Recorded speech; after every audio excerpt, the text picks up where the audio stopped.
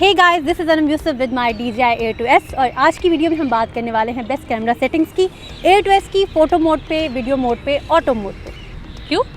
आहो क्यों है तौबा। अस्सलाम वालेकुम, this is Anam Yusuf with my cohost tech guru और आप देख रहे हैं हमारा चैनल ड्रोन माय सिटी, जहां पे आपको ड्रोन से रिलेटेड जितनी भी इन्फॉर्मेशन है वो मिल सकती है। लेकिन उसके लिए आपने क्या करना है, उसके लिए आपने हमारे चैनल को सब्सक्राइब करना है और हमारा जो मतलब चैनल का जो बेल आइकन है उसको प्रेस करना है और इंस्टाग्राम पे मुझे फॉलो करना है। डिस्क्रिप्शन बॉक्स के अंदर आपको लिंक मिल जाएगा। और अब आते हैं हमारी आज की वीडियो की तरफ। वीडियो क्या है हमारी, वो हमें टेक गुरु बताएंगे आज ही हम बात करने वाले हैं DJI Air 2S की बेस्ट कैमरा सेटिंग्स के हवाले से। और ये अनम यूसुफ साहिबा जो हैं हिला हिला के Air 2S दिखा के आपको बता रही हैं, शेखी मार रही हैं कि उनके पास ये मौजूद है। अब मेरे पास है तो मैं शौकिया तो मारूं। हाँ जी, मारो मारो फैन सारे ही मारो।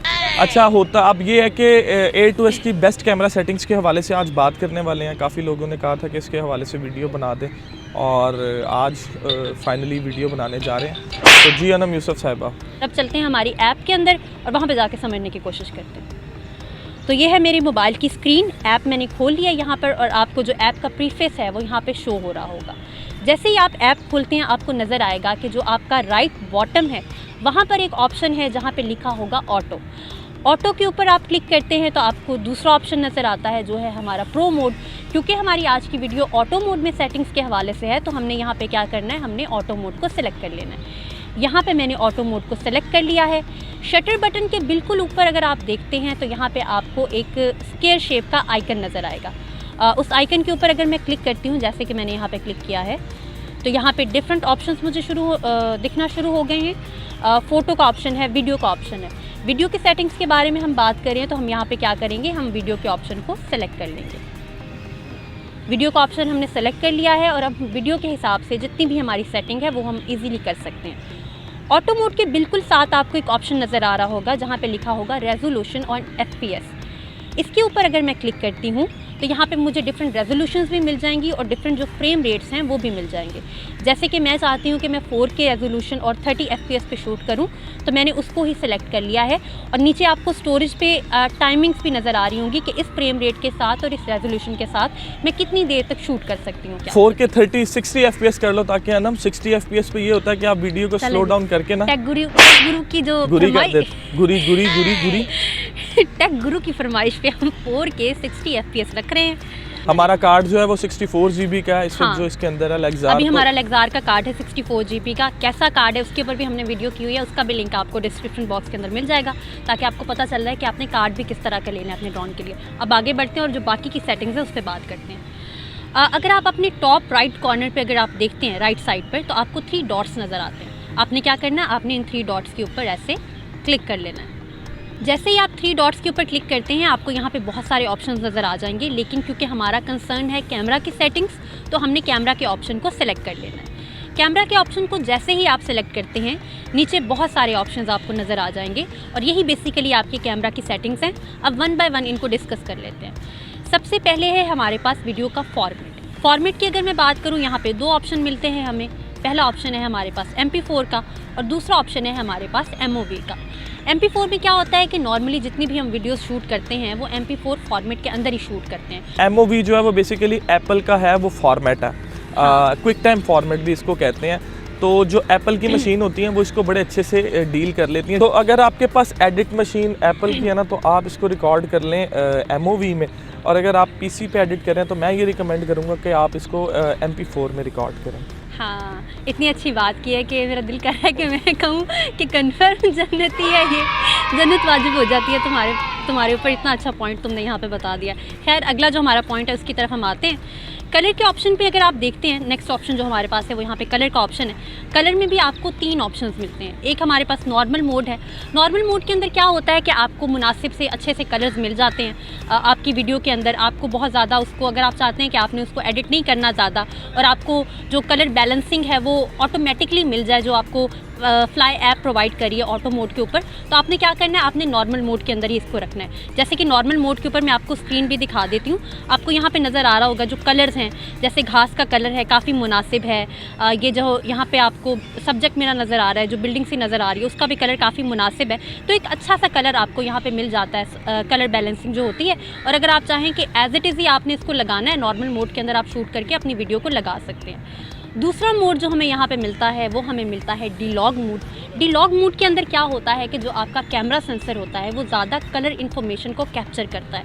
आसान लफ्ज़ों में अगर मैं आपको बताने की कोशिश करूँ तो बहुत ज़्यादा डिटेलिंग आपको मिलती है, आपको जो एडिट का मार्जिन होता है बहुत ज़्यादा मिलता है। D-Log मोड में आप तब जाएंगे जब आप एक अच्छे एडिटर हैं और अगर आपको लगता है कि आप एडिट में जाके जितने भी कलर्स हैं उनको अच्छे से उठा सकते हैं, उनको अच्छे से बैलेंस कर सकते हैं, कलर ग्रेडिंग बहुत अच्छी कर सकते हैं, तो आपको चाहिए कि आप D-Log मोड में जाएं। जैसा कि D-Log मोड यहाँ पे सिलेक्टेड है और हम स्क्रीन पे जाके देखते हैं तो आपको कलर्स जो हैं वो थोड़े डल नज़र आ रहे होंगे। इसकी वजह क्या है कि अब आपको एडिट का मार्जिन बहुत ज़्यादा मिल गया है, तो जब आप एडिट करने लगेंगे तो आप इन कलर्स को खुद मैन्युअली बैलेंस कर सकते हैं। तो D-Log मोड में आपने तब जाना है जब आपको लगता है कि आप एडिट में इन चीज़ों को मैनेज कर सकते हैं। अगर आपकी लाइट रूम पे बहुत अच्छी ग्रिप हाँ। है, अगर आपकी एडोब प्रीमियर पे बहुत अच्छी ग्रिप है, या फाइनल कट एक्स या जो भी आप सॉफ्टवेयर यूज़ कर रहे हैं एडिट के लिए, आपकी ग्रिप उस पर बहुत अच्छी है, तो हाँ। आप प्रो लेवल में अगर एडिटर भी हैं और शूटर भी हैं तो आपको D-Log मोड में शूट करना चाहिए। इसमें आपको बहुत ज़्यादा हाई डायनामिक रेंज मिल जाती है और कलर ग्रेडिंग का बहुत अच्छा मार्जिन मिल सकता है। आप अपनी मर्ज़ी के मुताबिक जो कलर्स जो हैं उनको ग्रेड कर सकते हैं। हाँ, एक और इम्पॉर्टेंट पॉइंट मैं यहाँ पे बता दूँ, D-Log मोड के अंदर बहुत सारे लोगों ने हमें पेज पर भी बताया है कि D-Log मोड जब वो सेलेक्ट करते हैं तो उनको लगता है कि उनका कैमरा सेंसर जो है अच्छे से काम नहीं कर रहा और वीडियो की क्वालिटी है वो काफ़ी ज़्यादा डिस्टर्ब हो गई है।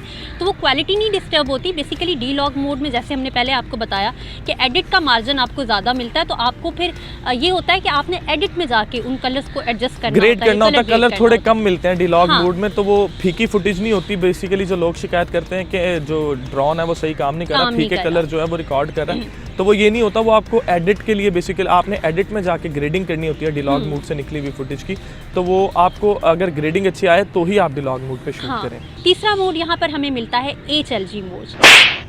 मोज मोज मोज मोज मोज मोज मोज तुम ही बता दो, इतनी बातें कर रहे हो तो। अच्छा, HLG मोड ये होता है कि आपको इसमें भी हाई डायनामिक रेंज मिलती है अच्छी, लेकिन हाँ। होता ये है कि मतलब आपको इसमें ज़्यादा एडिट नहीं करना पड़ता। अब अपनी स्क्रीन पे क्लिक करो अनम ये HLG देखिए में। HLG मोड यहाँ पे सिलेक्टेड है और स्क्रीन पर हम आ गए हैं। स्क्रीन पे आपको नज़र आ रहा होगा जो यहाँ पे घास का कलर है, तो आपको यहाँ पे नज़र आ रहा होगा कि इसको थोड़ा बहुत एडजस्ट करने की अभी ज़रूरत है। स्काई का जो कलर है वो भी आपको लग रहा होगा कि जो इसकी सैचुरेशन है उसको एडजस्ट करने की ज़रूरत है। बिल्डिंग का कलर भी जो है आपको ऐसा ही लग रहा होगा, लेकिन फिर भी ये D-Log मोड से काफ़ी बेहतर है। तो अब ज़रा मैं 1 बाय 1 आपको तीनों का डिफरेंस दिखा देती हूँ। नॉर्मल मोड के ऊपर ये जो इमेज है ये आपको नज़र आ रही होगी, और मेरे ख्याल से तो सबसे जो बेस्ट इमेज हमें मिल रहा है वो अभी तक नॉर्मल मोड के ऊपर ही मिल रहा है। उसके बाद ये D-Log मोड को मैंने सेलेक्ट किया है और हम दोबारा हमारी स्क्रीन पर आते हैं, तो ये देखें आपको नज़र आ रहा होगा कि जो थोड़ी इमेज है वो डल हो गई है और यहाँ पे हमें एडिट का मार्जिन जो है वो ज़्यादा मिल गया है। और इसी तरह हम जाके सिलेक्ट करते हैं हमारा HLG मोड, तो उस पर भी आपको नज़र आ रहा होगा कि नहीं, D-Log मोड से ये काफ़ी ज़्यादा बेहतर है। तो अभी तक के हमारे ओपिनियन के मुताबिक ये है कि अगर आप एडिटिंग नहीं जानते तो आपको चाहिए कि आप नॉर्मल मोड में ही रहें, तो जो फ्लाई ऐप है वो आपको ऑटोमेटिकली एडजस्ट करके दे देगी कलर्स को। अगर आप एक अच्छे एडिटर हैं और आप चाहते हैं कि आप एडिट में जाके काफ़ी ज़्यादा खेल सकें अपनी वीडियो के ऊपर, उसकी ग्रेडिंग के ऊपर, तो फिर आपको चाहिए कि आप D-Log मोड को सिलेक्ट करें। और अगर आप चाहते हैं कि आपको ज़्यादा अच्छा एडिट नहीं आता, आप बस मुनासिब सा एडिट कर सकते हैं, तो फिर आपने क्या करना है, फिर आपने HLG मोड के अंदर चला जाना है। कलर के बाद जो आपको अगला ऑप्शन यहाँ पे मिलता है वो आपको कोडिंग फॉर्मेट का ऑप्शन मिलता है। कोडिंग फॉर्मेट के अंदर आपको 2 तरह के फॉर्मेट यहाँ पे शो हो रहे होंगे। जो पहला फॉर्मेट है वो है H.264 और जो दूसरा फॉर्मेट है वो हमारे पास है H.265। टेक्निकल सा पॉइंट है, मुझे लगता है मुझे उसमें उलझाने की ज़रूरत नहीं है, लेकिन सजेशन मेरा आपको ये है कि आपने अगर बेस्ट कैमरा सेटिंग्स अगर आपको चाहिए आपके A2S के हवाले से, तो आपने इसको H.265 पर ही रखना है। तो बेसिकली ये भी आपको एक डायनामिक कलर रेंज देगा, एक अच्छी डिटेलिंग देगा आपकी वीडियो के अंदर। तो आपने फॉर्मेट जो है कोडिंग फॉर्मेट उसको H.265 के ऊपर ही रखना है। नेक्स्ट ऑप्शन जो यहाँ पे हमें नज़र आता है वो हमारा एंटी फ्लिकर का ऑप्शन है।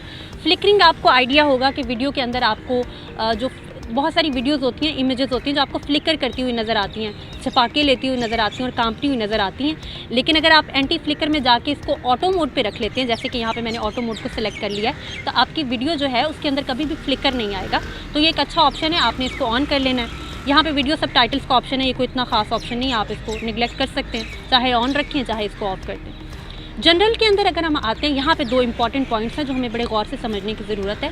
पहला, यहाँ पे जो ऑप्शन मुझे मिल रहा है वो यहाँ पे हिस्टोग्राम का ऑप्शन है। हिस्टोग्राम के ऑप्शन को मैंने यहाँ पे ऑन कर लिया है और अब हम जाके अपनी स्क्रीन के ऊपर डिफरेंस देखते हैं। स्क्रीन के ऊपर मैं आई हूँ तो आपको लेफ़्ट साइड पे नज़र आ रहा होगा कि यहाँ पे एक हिस्टोग्राम मुझे शो हो रहा है। हिस्टोग्राम क्या करता है बेसिकली, ये आपको आपके जो वीडियो है उसके एक्सपोजर के बारे में बताता रहता है। एक्सपोजर कम हो या ज़्यादा हो तो उसके बारे में ये आपको बताता रहता है। अब दोबारा वापस जाते हैं और देखते हैं कि हिस्टोग्राम के नीचे हमें एक और ऑप्शन नज़र आ रहा होगा, वो है हमारा ओवर एक्सपोजर वार्निंग का।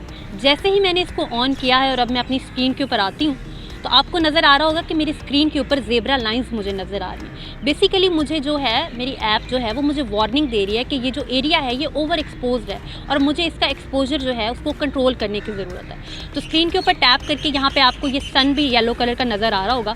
तो इसको जैसे ही मैं नीचे की तरफ मूव करती हूँ तो आपको नज़र आ रहा होगा कि देखें जो ज़ेब्रा लाइंस थी मेरी स्क्रीन के ऊपर से रिमूव हो रही हैं। और अगर इसी सन को मैं ऊपर की तरफ लेके जाती हूँ, ये देखें जैसे मैं ऊपर की तरफ टैप कर रही हूँ तो ज़ेब्रा लाइंस जो हैं दोबारा से मेरी स्क्रीन के ऊपर ओपन हो गई हैं। तो इसका अगर इजीली मैं आपको समझाऊँ तो ये ओवर एक्सपोजर वार्निंग का जो ऑप्शन है आपको बताता रहेगा कि आपका जो एरिया है वो ओवर एक्सपोज तो नहीं है और आपने किस तरह से उसको कंट्रोल करना है। बस अपनी स्क्रीन के ऊपर टैप करना है और ये जो सन का ऑप्शन है इसको ऊपर या नीचे मूव करके आप जो एक्सपोजर है उसको सेट कर सकते हैं। कितना अच्छा बताया मैंने, बहुत ही रूखी सूखी हो गई वीडियो। तालियां तालियां तालियां तालियां नचत और की बहुत अच्छी वीडियो बता रही है जी, बहुत अच्छी सेटिंग्स बताई जा रही है आपको। लेकिन अगर आपको हमारी वीडियो अच्छी लगे तो आपने हमारे चैनल को सब्सक्राइब कर लेना है और मुझे जाके इंस्टाग्राम पे फॉलो भी कर लेना है। डिस्क्रिप्शन के अंदर आपको लिंक भी मिल जाएगा। अब बढ़ते हैं वीडियो में आगे और ओवर एक्सपोजर वार्निंग के आगे जो आपको ऑप्शन यहाँ पे नजर आ रहा है वो आपको पीकिंग लेवल का ऑप्शन। अच्छा, पीकिंग लेवल से पहले मैडम एक चीज़ बता दूं, अक्सर मैंने देखा है इसने एक चीज़ ज़रूर बतानी होती है। मैं 100 चीज़ें भी बता दूं ना, इसने एक चीज़ अपनी ज़रूर बतानी होती है। बेटा तुम्हारी मेरी एक चीज़ ना उन 100 चीज़ों पे फिर भी भारी होती है, क्योंकि आपने कमेंट सेक्शन में बताना है। हाँ, आप ज़रूर बताना। अच्छा, ऐसा है कि अक्सर देखा होगा ना कि मतलब लोगों ने रिकॉर्ड किया होता है वीडियो को, लेकिन वीडियो बहुत ज़्यादा वाइट होती है, बहुत ज़्यादा उसमें लाइट जो होती है वो ब्लास्ट होती है। बेसिकली वो इसी वजह से होती है कि वो अपने एक्सपोजर का जो है वो ख्याल नहीं रखते और जो वीडियो है ओवर एक्सपोजर की वजह से जो है वो बिल्कुल ब्लास्ट हो जाती है। ज़िंदगी में भी अगर आपका एक्सपोजर अच्छा नहीं है तो आप ब्लास्ट हो सकते हैं, तो आपने अपनी पर्सनल लाइफ में भी अपना एक्सपोजर अच्छा रखना है। खैर, अगला जो ऑप्शन है उसकी तरफ हम आते हैं। पीकिंग लेवल का यहाँ पे आपको ऑप्शन मिलेगा नेक्स्ट। तो पीकिंग लेवल क्या करता है, ये आपका जो फोकस है उसको जो कहते हैं कि एडजस्ट करता है। तो आपने जो पीकिंग लेवल है उसको नॉर्मल पे ही रखना है। जैसे यहाँ पे मैंने नॉर्मल को सेलेक्ट कर लिया है तो आपने इसको हमेशा नॉर्मल पर ही रखना है। आगे हम जाते हैं तो यहाँ पे हमें ग्रिड लाइंस का ऑप्शन मिलेगा। यहाँ पे आपको 3 तरह की ग्रिड लाइंस मिल जाती हैं। तो मैं जो सेकंड वाली ग्रिड लाइंस हैं ये मुझे ज़्यादा अच्छी लगती हैं, तो मैंने इसको कर दिया है यहाँ पे सेलेक्ट। अब स्क्रीन पे जाके देखते हैं क्या डिफरेंस आया। स्क्रीन के ऊपर मैं आई हूँ तो आपको यहाँ पे बॉक्सेस छोटे छोटे से नज़र आ रहे होंगे। गुड कांटे वाले हाँ, गुड कांटे तो नहीं, टिक क्रॉस भी खेलते थे और 1 और 0 भी खेलते थे। मेरे दौर च गुड कांटे ही हुंदा सी, तेरे दौर च आके टिक क्रॉस हो भी तो हो ना। हाँ जी, ਤੁਹਾਡੇ दौर च हो गया होगा टिक क्रॉस। तो टिक क्रॉस हम खेलते होते थे ना कि टिक कर दो और फिर क्रॉस कर दो और फिर वो हमने 3 सिंक करके बनाना होता था। खैर, वो भी क्या दिन थे, बचपन के दिन, अच्छे दिन। तो खैर, स्क्रीन के ऊपर आते हैं और इसके बारे में बात करते हैं। आपको नज़र आ रहा होगा कि मेरा जो इमेज है, ये जो मैंने फ्रेम बनाया हुआ था वो डिफरेंट पोर्शंस के अंदर डिवाइड हो गया। बेसिकली ग्रिड लाइंस क्या करती हैं, ये आपको हेल्प आउट करती हैं कि आप अपने ऑब्जेक्ट को, सब्जेक्ट को सेंटर में ला सकें। बेसिकली ना ग्रिड लाइन से आपको अपना फ्रेम बैलेंस करने में ना बड़ा हेल्प मिलता है। आपको पोर्शंस में नज़र आने लग जाता है कि आपके फ्रेम में बॉटम में क्या है, टॉप में क्या है, राइट क्या है, लेफ्ट में क्या है। तो आपको फ्रेम बैलेंस करने में और उसको मतलब इनहेंस करने में बड़ी हेल्प मिलती है ग्रिड लाइन से। तो मैं रिकमेंड करूँगा कि हमेशा ग्रिड लाइंस को जो है वो ज़रूर देखें, ताकि आपको अपने फ्रेम के बारे में जो है हमेशा दिखता रहे कि आपके फ्रेम में फोरग्राउंड, बैकग्राउंड और आपके सब्जेक्ट के रिलेटेड क्या हो रहा है वो आपको हमेशा दिखता रहेगा। हाँ, 3 तरह की ग्रिड लाइंस है, तीनों ही मैं आपको ऑन करके दिखा देती हूँ। जैसे कि अभी मैंने सेकंड वाली को सिलेक्ट किया था, फर्स्ट वाली को सिलेक्ट करके जाके स्क्रीन पे देखते हैं तो ये देखिए यहाँ पे बहुत सारी डिवीजन्स मुझे अपनी स्क्रीन के ऊपर नज़र आ गई हैं ग्रिड लाइंस को ऑन करने से। तो आप ग्रिड लाइंस को हम आपको सजेस्ट करेंगे कि आपने इनको ऑन ही रखना है, ताकि आपको ये जब आप शूट कर रहे हो तो आपको आपका जो सब्जेक्ट है उसको सेंटर में लाने में बहुत ज़्यादा आसानी मिलती है। नेक्स्ट ऑप्शन जो यहाँ पे हमें मिलता है वो हमें वाइट बैलेंस का ऑप्शन मिलता है। यहाँ पे भी आपको 2 सब ऑप्शंस मिलेंगे, एक ऑटो मिलेगा, एक मैनुअल मिलेगा। आपको हम तो यही सजेस्ट करेंगे कि आपने इसको ऑटो पे ही रखना है, और अगर आप बिगनर हैं और आप ज़्यादा एडजस्ट नहीं कर सकते वाइट बैलेंस को और ISO वगैरह को, तो आपने क्या करना है, आपने इसको ऑटो पे ही रखना है। लेकिन अगर आपको लगता है कि आपने इसको मैनुअली एडजस्ट करना है तो आप यहाँ पे मैनुअल पे क्लिक करेंगे। नीचे आपको केल्विन में एक ऑप्शन नज़र आ रहा होगा, जैसे यहाँ पे मुझे 5200 केल्विन नज़र आ रहा है ऑप्शन। केल्विन क्या होता है? केल्विन बेसिकली टेम्परेचर का यूनिट है, और ये आपकी जो इमेज है या जो भी वीडियो है उसके टेम्परेचर को ही कंट्रोल करता है। इसको टेम्परेचर को अगर आप, जिसको मैं राइट साइड पे अगर मूव करती हूँ तो ये आपको नज़र आ रहा होगा स्क्रीन के ऊपर कि मेरी जो इमेज है उसका टेम्परेचर बढ़ता जा रहा है, और वो जो है जैसे ही वो 10,000 पे गई है तो वो बिल्कुल ब्लास्ट हो गई और बिल्कुल जल कुड़ गई है। और इसी को अगर मैं लेकर आती हूँ अपने लेफ़्ट साइड पे, तो टेम्परेचर जो है वो कम होता जा रहा है और इमेज जो है वो कूल होती जा रही है। और जैसे ही उसको मैं बिल्कुल 2000 पे लेकर आई हूँ तो बिल्कुल नीली हो गई है इमेज, सांप लड़ गया हमारी इमेज को। बिल्कुल। और वही वाला सांप काटा है जिसमें हमारे इंटीरियर एरियाज़ में लोग नहीं कहते हमारे देहाती भाई एने नहीं बचना, एनू लौर ले इन्हों लौर ले जाओ, ये वाला सप लड़िया साड़ी इमेज में। खैर आपने क्या करना है, आपने इसको 5400K पे ही जाके, मेरे ख्याल से ये देखें, हाँ जैसे ही मैंने इसको 55 या 5400K पे किया है वहीं पे जाके मेरा बैलेंस हो गया। आपने अपने हिसाब से देख लेना, आप इस एटमॉस्फेयर में शूट कर रहे हैं और जहाँ हाँ। पे आपकी जो ये K वैल्यू है वो आपको नॉर्मल लगने लगे, वहीं पे आप इसको सेट कर लें, ये वहाँ पे सेट हो जाएगी। लेकिन रिकमेंडेड यही आप इसको ऑटो पे रखें, क्योंकि ऑटो में फ्लाई ऐप जो है आपको बेस्ट पॉसिबल जो होता है ना वाइट बैलेंस वो प्रोवाइड करती हाँ, है। वो ऑटोमेटिकली प्रोवाइड कर देती है, तो आपको एडजस्ट करने की ज़रूरत नहीं पड़ती। तो बेस्ट जो सेटिंग है वो ये है कि आप इसको ऑटो पे ही रखें।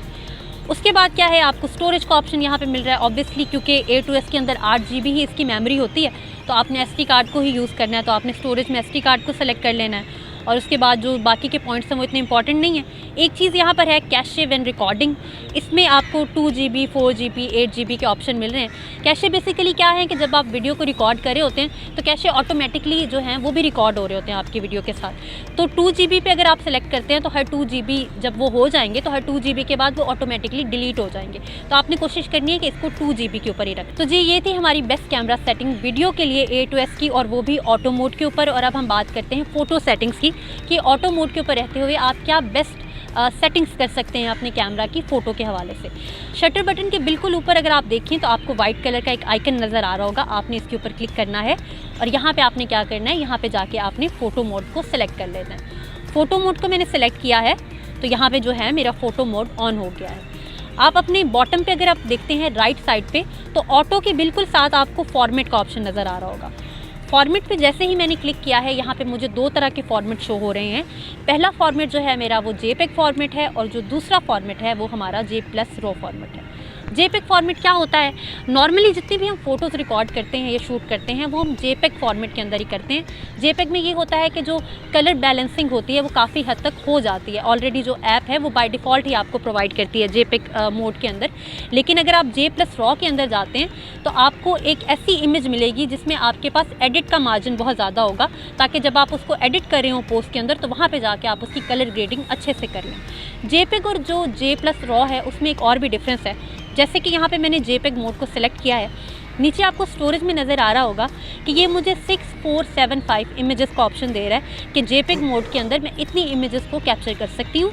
और अगर मैं J+ RAW को सिलेक्ट करती हूँ तो यहाँ पे देखें, यहाँ पे 1077 पिक्चर्स का ऑप्शन दे रहा है मुझे।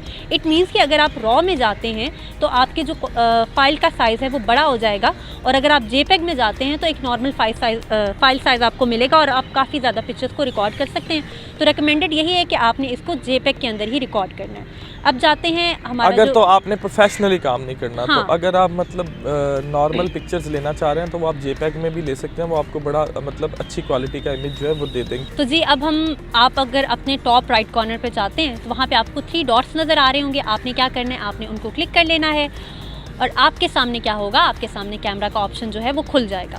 सबसे पहला ऑप्शन जो है वो यहाँ पे फ़ोटो के साइज़ का है। 2 तरह के साइज़ आपको मिलते हैं, एक 3:2 है और एक है 16:9। 3:2 को मैंने सेलेक्ट किया है और मैं स्क्रीन पर आती हूँ तो आपको नज़र आ रहा होगा कि आपको इसके अंदर ये वाला इमेज साइज़ मिलेगा।